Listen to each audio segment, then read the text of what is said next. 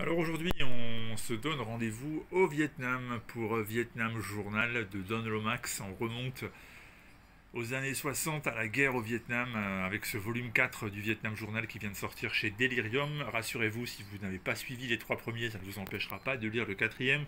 Alors de quoi s'agit-il? Tout d'abord, qui est Don Lomax? C'est un auteur américain qui a participé au Vietnam, il était engagé, et donc ce dont il parle, ce qu'il raconte dans le Vietnam Journal, en réalité c'est sa vie, c'est ce qu'il a vécu, ce sont ses expériences. Alors elles sont présentées sous une forme un peu particulière, une espèce de chronique de guerre qui est censée être tenue par un journaliste qui s'appelle Safe Netheimer.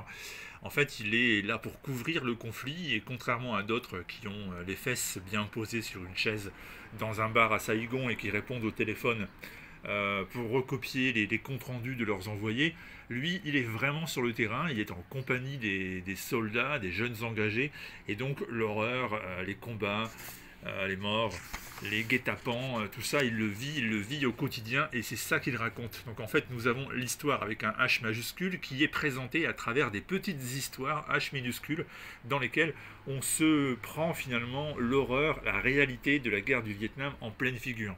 Alors rien n'est éludé. Don Lomax n'essaie pas de blanchir le tableau, ni de le noircir d'ailleurs. C'est vraiment des comptes rendus factuels, des choses qui se sont vraiment passées, telles que le conflit avait vraiment lieu. Alors parfois évidemment, vous avez des dérapages invraisemblables. Vous avez à plusieurs reprises dans ce volume par exemple des scènes de viol perpétrées par les soldats américains. Vous avez les exactions des Viet Cong qui sont également présentées. Vous avez les soldats qui perdent la boule, qui tentent absolument de se sortir des situations invraisemblables. Et même s'ils y parviennent, ce qu'ils ont vu et ceux qu'ils ont perdus en cours de route les poussent à se suicider, avec une scène qui est terrible dans ce volume 4. Je ne vous en dis pas plus, mais si vous le lisez, vous allez comprendre de quoi je parle. Il est question aussi des soldats américains qui sont retenus prisonniers dans les camps Viet Cong, et puis régulièrement aussi en filigrane, évidemment, on parle de ceux qu'on appelle les combattants missing in action, ceux dont on pense qu'ils sont restés au Vietnam aux mains des Viet Cong, mais dont on n'a plus jamais eu vraiment de nouvelles.